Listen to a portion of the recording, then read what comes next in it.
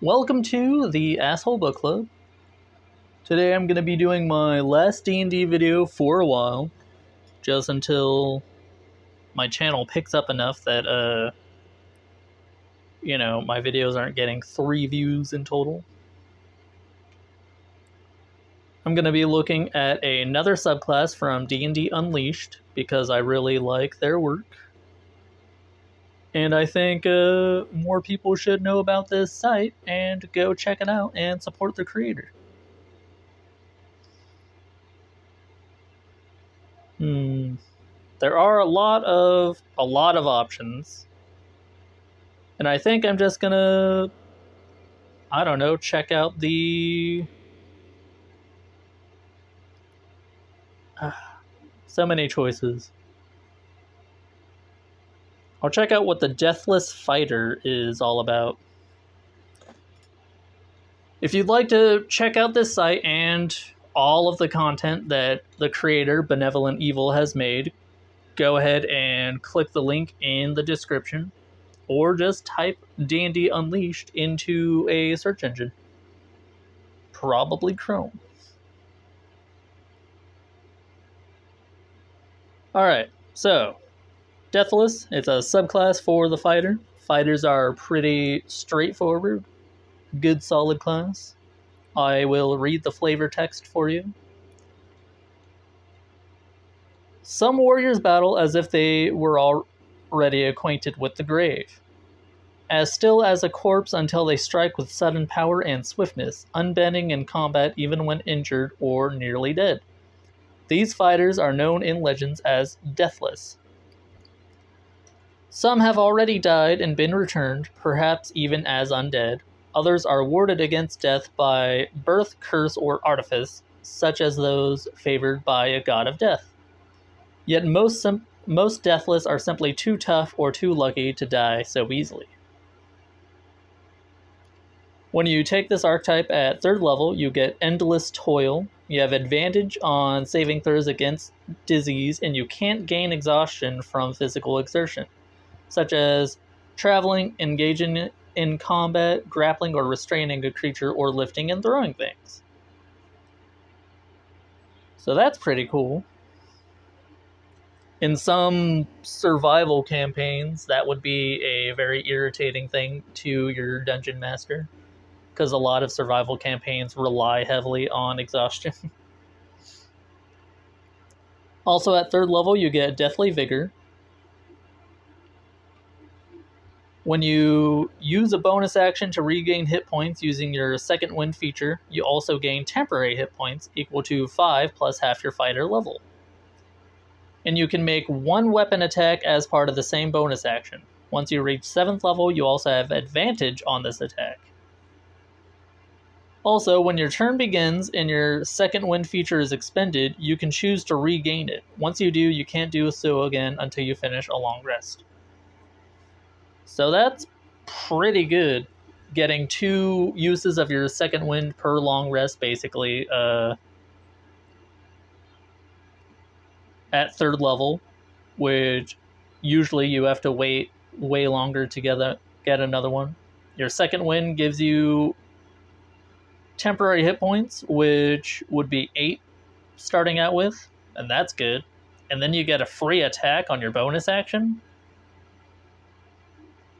while expending your Second Wind, and eventually that has advantage. That's really good. Like, that's beefy. At 7th level, you get 1 Foot in the Grave. You gain resistance to necrotic damage and poison damage. You're immune to disease, and you can't gain any exhaustion except from magical sources. Your grim and ghastly disposition also gives you advantage on intimidation checks, but not towards celestials, constructs, fiends, or undead. At 10th level, your deathly stillness can suddenly give way to bursts of frenzied, ghoulish motion that surprise your foes when their guards are down. When you're hit with a melee weapon attack, and you have a weapon or a shield, you can use your reaction to parry the strike. Sorry, I didn't say the name of this ability. At 10th level, you get Grim Riposte. I might have said it. I don't know. I'm out of it. You can parry the strike, forcing the attacker to re-roll the attack roll and use the new result. If this causes the attack to miss, you can also make one weapon attack against the creature that attacked you as part of the reaction. If you use this feature and cause the attacker to miss, you can't use it again until you finish a short or long rest. So if your riposte fails, then you can just use it again. That's pretty nice. As long as you have reactions, of course. At 15th level, you get Tireless Mastery. You have advantage on weapon attacks granted by your Grim Riposte feature. Is it riposte or riposte? Let me know. And whenever you roll initiative and the feature is expended, you gain a use of it. Well, that's nice. So at 15th, you can always parry. At 18th level, you become something between life and death. You do not lose consciousness or become incapacitated for reaching 0 hit points. And taking damage while you are at 0 hit points does not impose any death saving throws. This does not prevent death. In addition, you can regain the use of your second wind feature using your Deathly Vigor feature up to 3 times between long rests instead of only once. Wow. That's pretty good. So I imagine, like, it's not specified here, but I imagine you would go into negative hit points, and once that reaches your total amount of hit points, you would actually die. Because you don't take any death saves. You just are immortal to a point. Until they deal enough damage to you. So yeah, that is the Deathless Fighter. True to the name, you would be extremely hard to kill, and it caps off at 15th level, so if you wanted to, I don't know, take Totem Barbarian to make it even more irritating for your DM to try to kill you, you could do that.